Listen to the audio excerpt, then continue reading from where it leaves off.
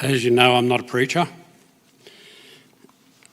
Interesting, a few years ago I was up with my older brother, who has since died, and we were there for a few weeks, and I go into church this first Sabbath that we were there, and after the lesson, the person in charge, I'm not sure what they are, the person in charge said to me, "Oh, Rob."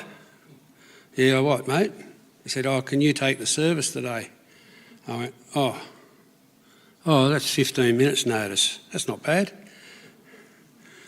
So I said, "Oh, I'm sorry, mate. I'm not a preacher, but I'll talk to you. I can talk from me."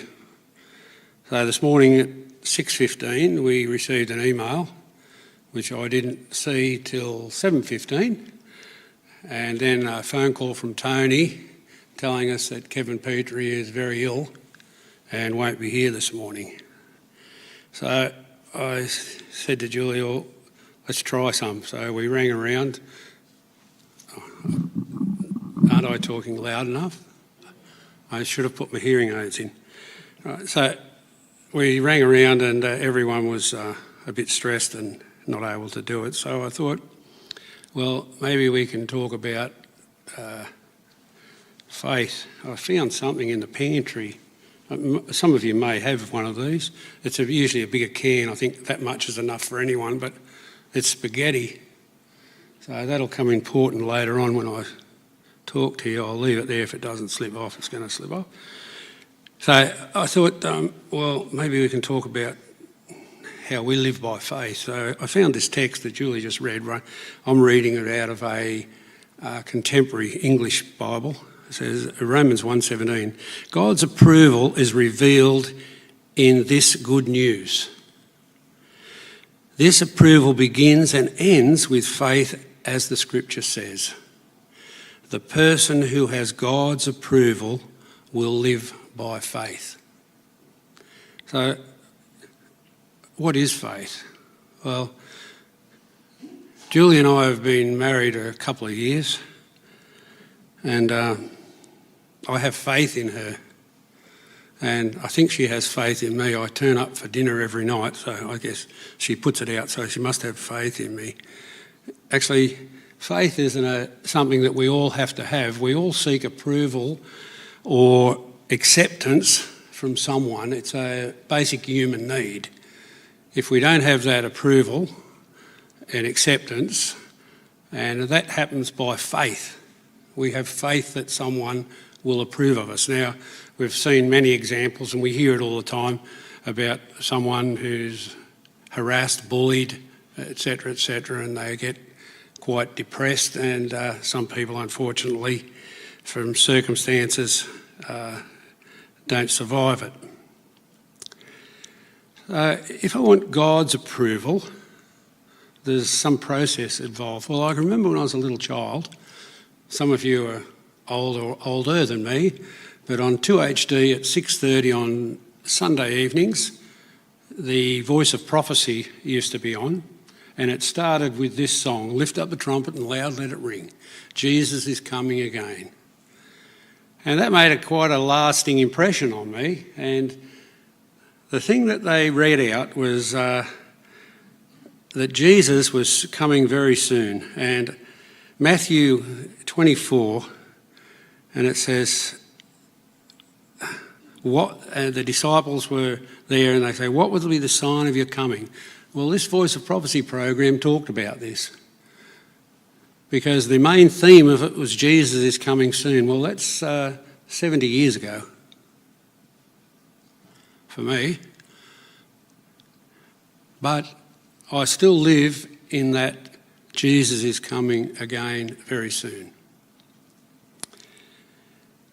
So how did my journey begin? Well, that made a lasting impression, as I've said. I can remember swinging around the clothesline at home. We had a Hills hoist, and I was swinging around the pole, not on the line itself, and preaching to the neighbours about Jesus is coming soon. I don't think they heard me because they were a little bit away, but I preached to them a fair bit. And that sticks in my mind. And then as I got older, I went to Hamilton School, like a lot of you of my age, Hamilton Adventist School. 1963, I was 15. I started work at the dockyard, and I had never, ever worked or been in an environment like the dockyard. But most of us who had grown up as Christians in Adventist Church had a very sheltered life. Schooling was very sheltered. Everything was sheltered. So I started the dockyard at 15 years of age, and it wasn't long before I got the nickname of Bushy Bob the Peanut Eater. Right? And they all thought every Adventist lived in Cooranbong. I can't think of a worse place to live, but maybe that was me. So here's this guy, the only Adventist that I knew, that at the time was about 3,500 employees, and I was the only Adventist who wouldn't, only Adventist employed there.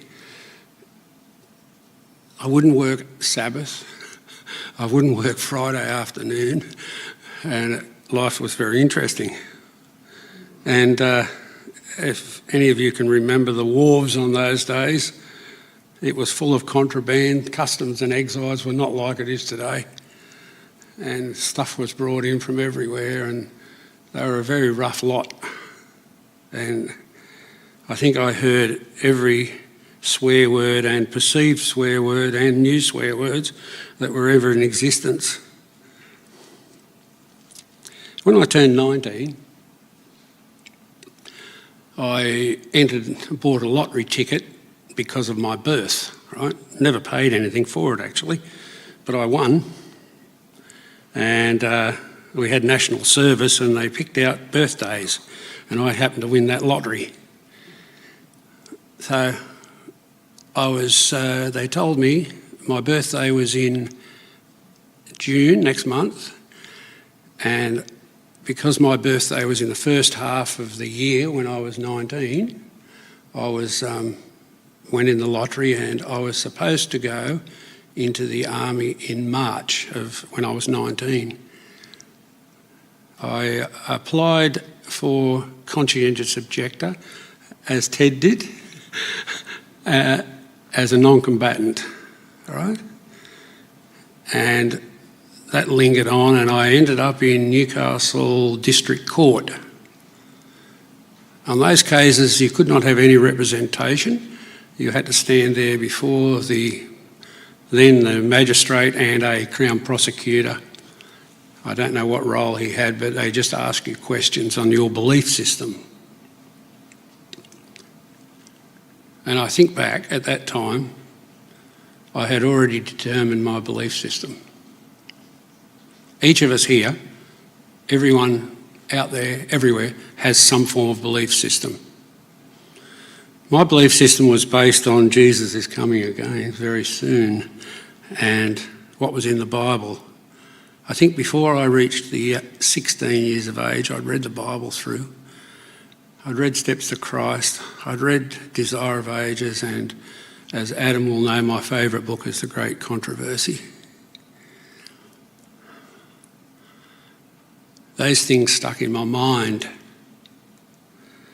So I go to court and I'm granted this little piece of paper, I think I still have it at home, it was blue, that I'm exempt from carrying weapons.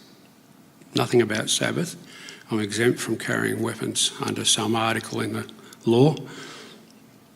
So I deferred because at the time I was doing structural engineering. So I deferred because I thinking I could get killed. Well, by the time I was 20 and a bit, so it's about 18 months later, I decided, well, why am I still studying if I could get killed? That's a bit pointless. So I contacted them, and I actually ended up going on the 13th of July, 1971. I went down to Wagga, Kapooka, as a non-combatant to recruit training. As it turns out, I was there before everyone else, and I lived in those old Second World War tin sheds by myself, right over on the far end of the army base. It was about 1 kilometre away from civilisation. By and by, another Adventist from Queensland, who became a friend, Justin, he turns up there as well. And another guy turns up who is a brethren, and he was also a conscientious objector. And crazy thing about it is we had a doctor who had slipped through and didn't tell him he was a doctor, and he was a conscientious objector as well. And another guy from Wagga. Well, day 2 of being there, they determined that the doctor was not going to be a recruit but going to be a captain, and he became a captain in a week and put into medical service. But the other 4 of us who were conscientious objectors, we ended up in the same barrack room and went through the process. During that time, every Friday, myself and one of the other guys would get marched down to the commanding officer's office, and they would ask us, what's going to happen tomorrow? And I said, it's the Sabbath, we're not working. He said, how about you carry arms, because you've become a real thorn in the side of everyone. They're all getting aggravated because you guys march around and you're not carrying a weapon, And I thought, I'm sorry, I've got a piece of paper that says I'm exempt. Well, this happened every Friday. So on Sabbath, we were locked up in the church on the site, and it was called Other Protestant Denominations, OPD. There was 2 churches, Catholic and OPD. So you're either Catholic or one of the mob. So I was over there till on Sabbath. And fortunately, some members from the Wagga church would come out on Sabbath and have lunch with us. And when we were able to leave, after 3 months, we were allowed off-site on Sabbath. We would go to church with them. At one stage we're doing training and we're marching, and people in the army have to learn how to march. Some people have got 2 left feet, but they soon learn that there is actually a right and a left foot. So we're marching, and the guy that was next to me could never work out which was his left foot and right foot, and the guy who was training us went off his nut, and he thought that I was the problem, and he king hit me.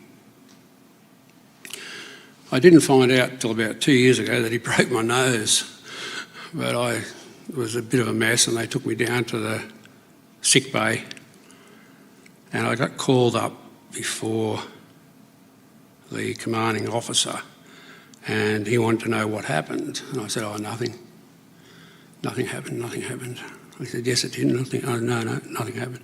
He said, well, I'll tell you something. I was watching you, and I've just arrested this guy, and he goes before a court-martial. From that day on, the 4 of us were never ridiculed in that army base.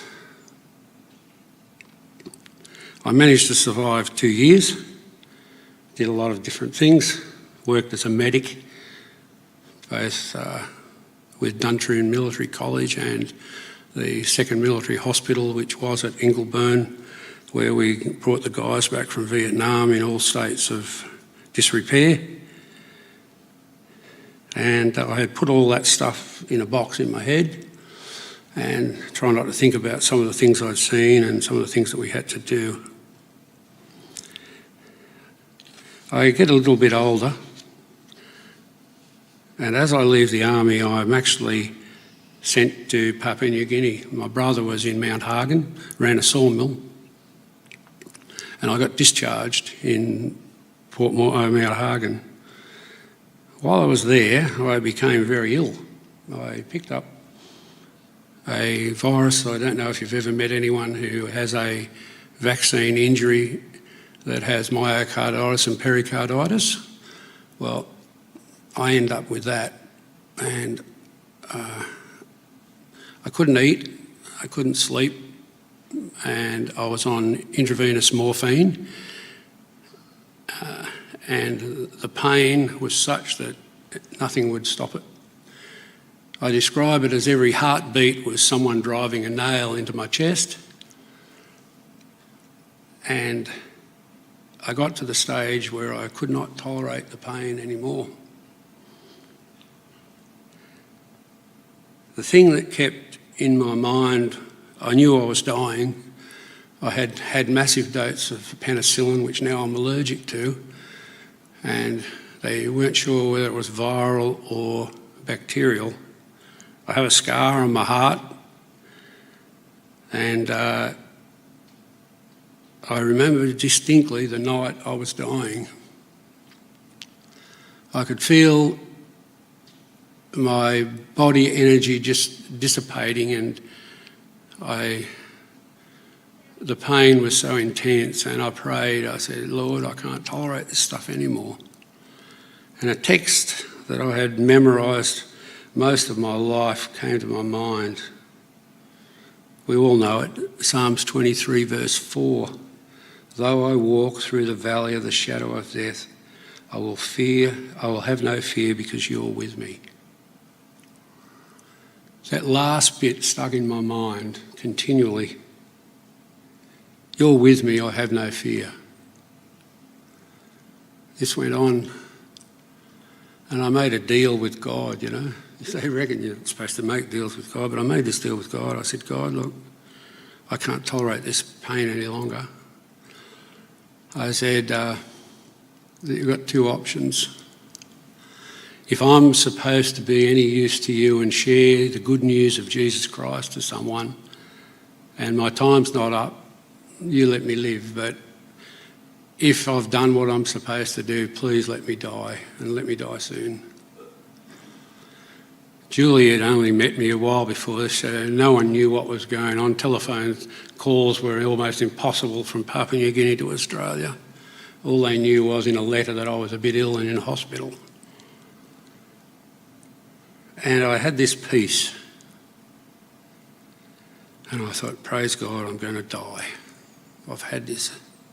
But I didn't, as you can see. And that text still sticks in my mind, though I walk in death's shadow, the Norris translation, I don't have any fear.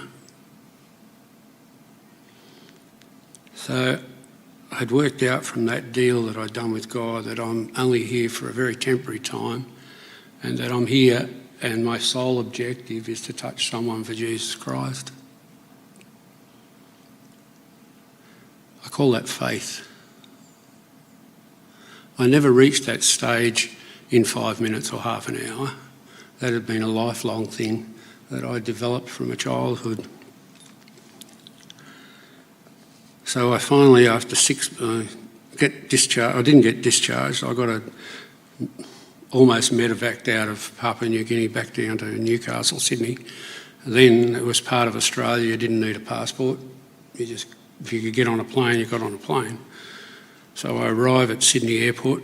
Julie and my mother and father came to meet me, and an ambulance turns up at the plane, and they thought, this is the words I hear after, he must be really sick.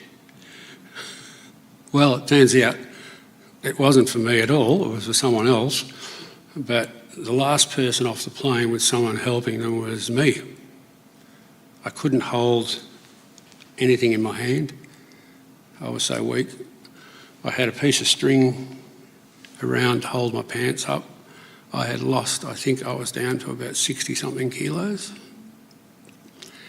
So they picked me up and they took me home and took me straight over to the doctor. The doctor rang an ambulance and I spent the next 6 weeks in hospital. And I don't know how many of you have looked around this building, but there's these little squares at the back with dots on.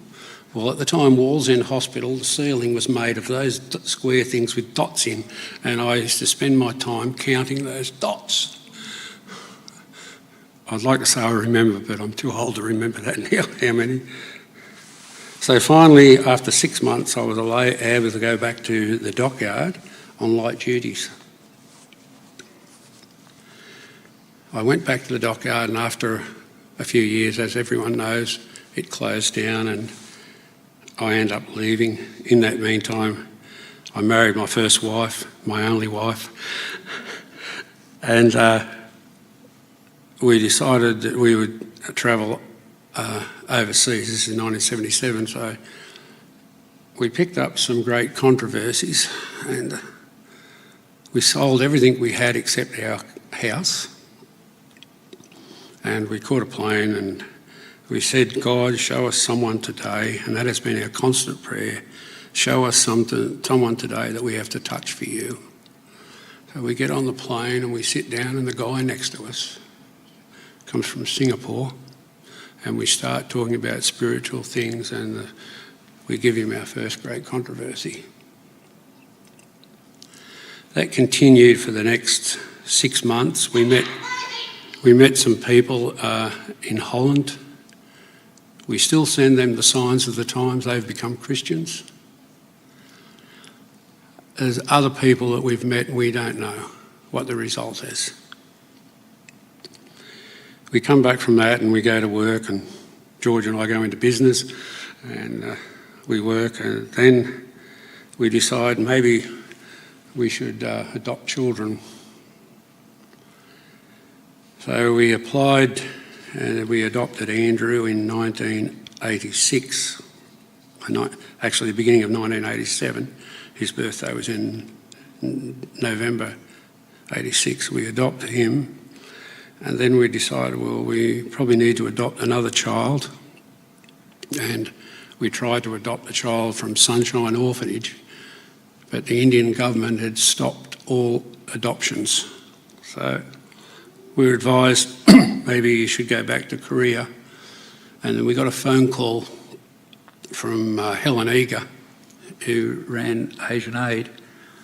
And she said, I've just been to Bangkok Adventist Hospital, I've stayed there, and there's a boy there that's been abandoned. He was less than 1 year old, quite young. Are you interested in adopting him? We said, oh, if that's where God leads, that's what we'll do. So then we contacted the authorities and we transferred to Thailand. It took us then a bit over 2 years to get that sorted out, because of, at the time, our social worker in Thailand did not like Europeans. I thought I was quite likeable, actually, but turned out she didn't like me. Anyhow, we finally adopt Tyson and we come back to Australia, and then life goes on. Lots of things happened in that. We go back many times to Thailand, and we become involved in student care. I don't even remember, we used to have some students here very early on that came from the Pacific. They came here with absolutely nothing. And so a few of us in the church here got involved with caring for these students. So we're listening to the radio one day, and someone from the university is talking about how we don't care for our overseas students. And so Julie and I said, oh, we'll get involved. I said, but we had a fair bit of experience before in caring for Pacific students and some overseas students. And we said, you can only look after 2 students, any more than that's too much. So the university gave some students our phone number, and we ended up with 5. Right, we ended up with 5. And so they asked us to write a bit of a paper. I better look at the time. A bit of a paper on how it works, how we did it. So we wrote this bit of a composition up of how we cared for overseas students. So then they promoted this thing, but they got no takers. People would visit the student once and that was it. They thought, oh, they'd done their civic duty. So that led on to us having here at the church, we had the New English, Easy English Sabbath School when we get about 10 or 20 kids along. Some of those people became baptised Christians. Others are strong in their own church when they've gone back home.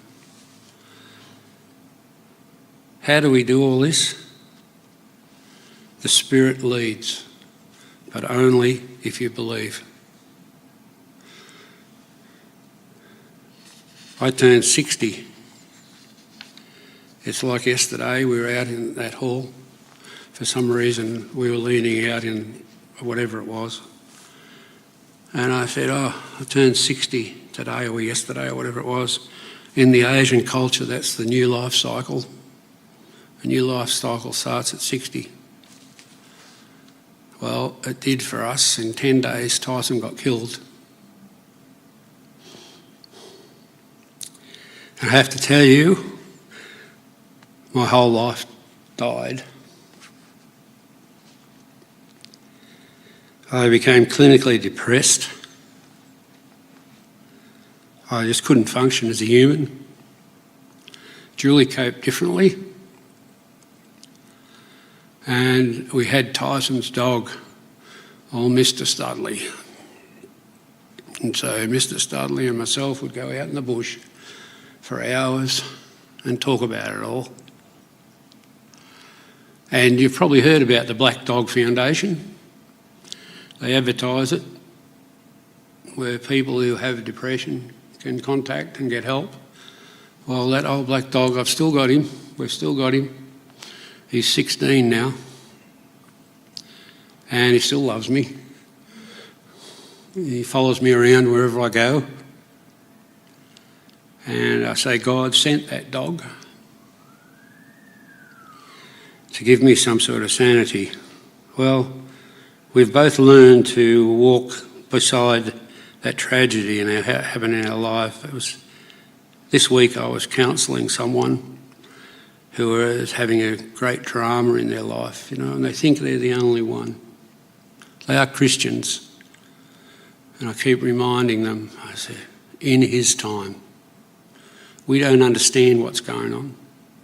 We have one pixel on this huge screen, but God's in control. And I said, if you could think that you're doing it tough, there is someone doing it a lot tougher. We are certainly in the land of plenty in this country, and it's not short of any support. So what happened then? Where did we go? God has led us into some strange places,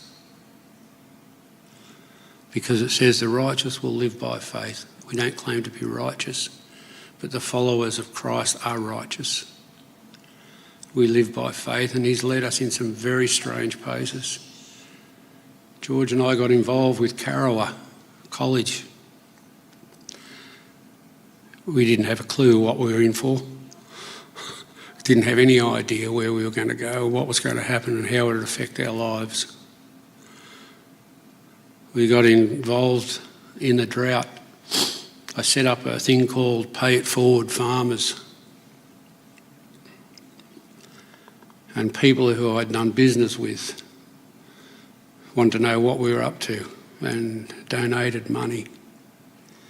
And we were able to help people through the support of all you guys as well. There's a couple of other things we got involved with. The seafarers. We're hoping to have Sister Bernadette, I always get her name mixed up, Julie can't remember her name, Bernadette, to come out and speak to us, not for 5 minutes, but to tell how God has led in that organisation. I listened the other day to someone on the radio and they were buying fuel at a service station, and a young person went up to the cashier before them and said, look, take another $50 off my card and pay that guy's fuel bill. He didn't know. He goes up to the pay and they said, oh, you only owe $22 or something. He said, no, I'm at that pump, it's $70 or something. No. That person has just walked out, they just paid $50 off your account. Now, who that person was, I don't know. And they said the message they left for you was pay it forward. Sometimes God takes us to places and we think, why are we doing this? But he wants us to pay it forward.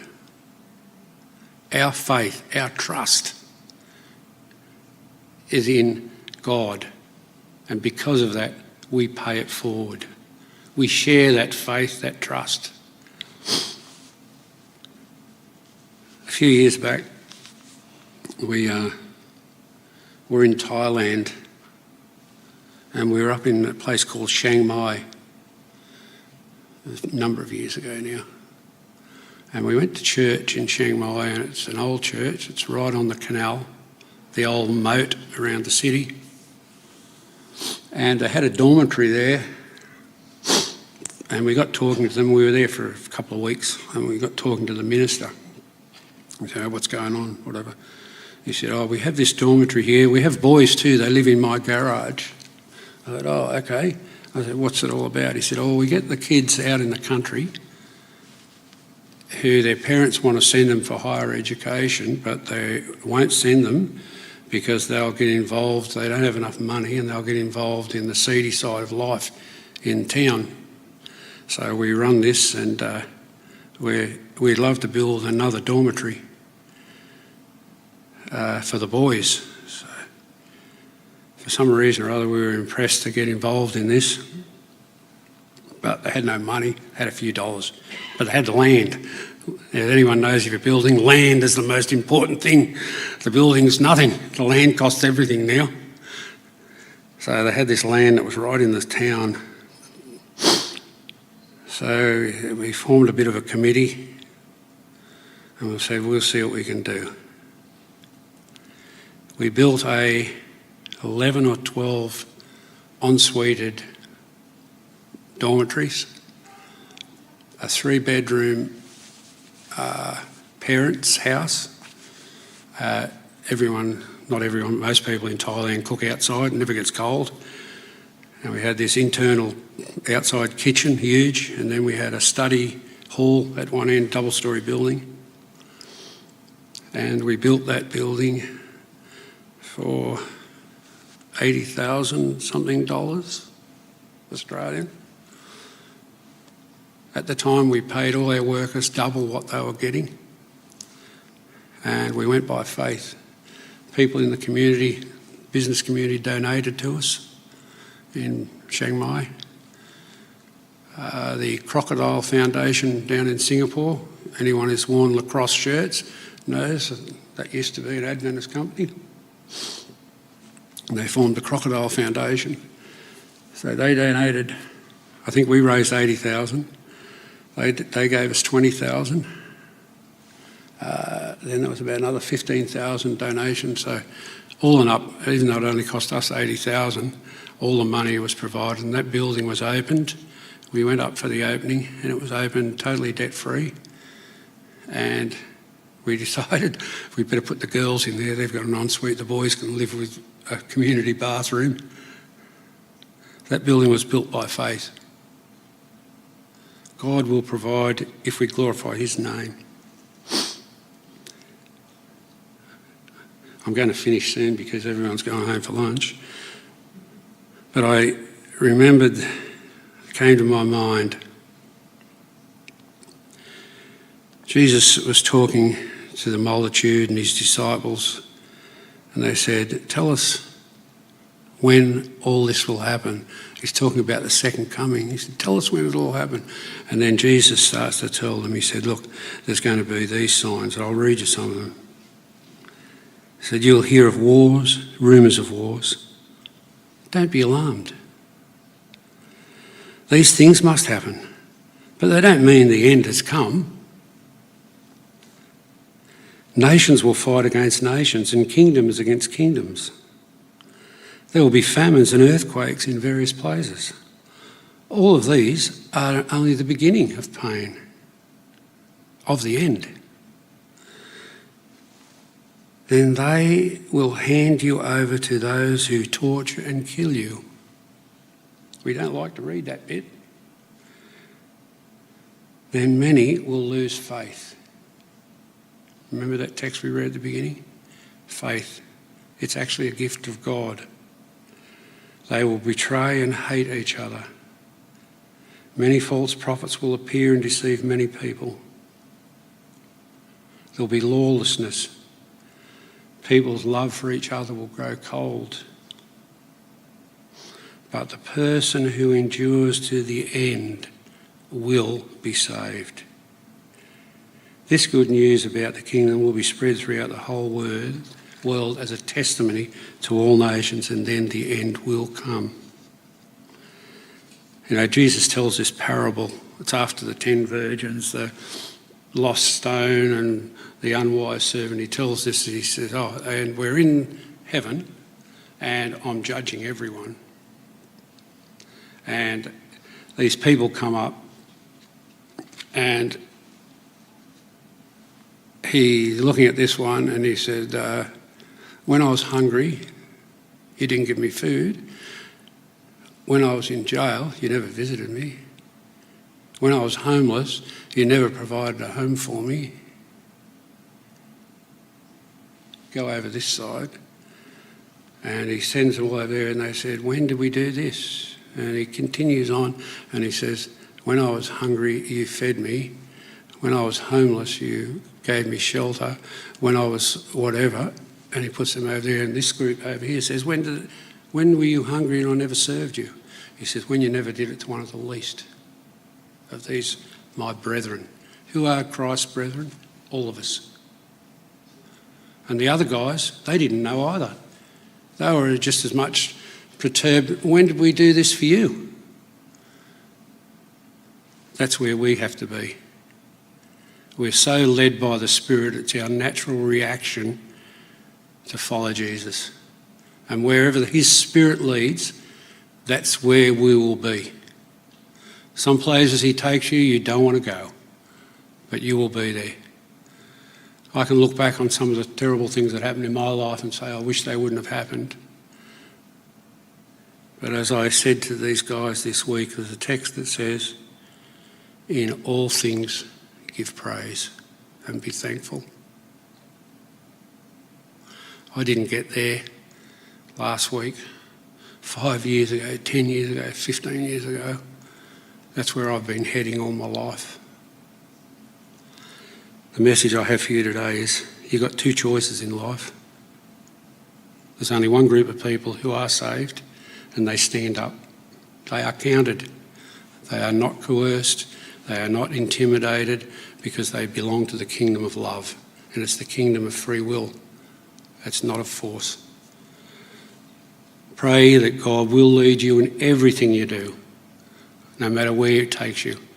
Even if you have to go and visit the unlovely, touch the unclean, feed the ungrateful. That is God's hand that you're extending. As we contemplate the love of Christ, may our lives show it to others.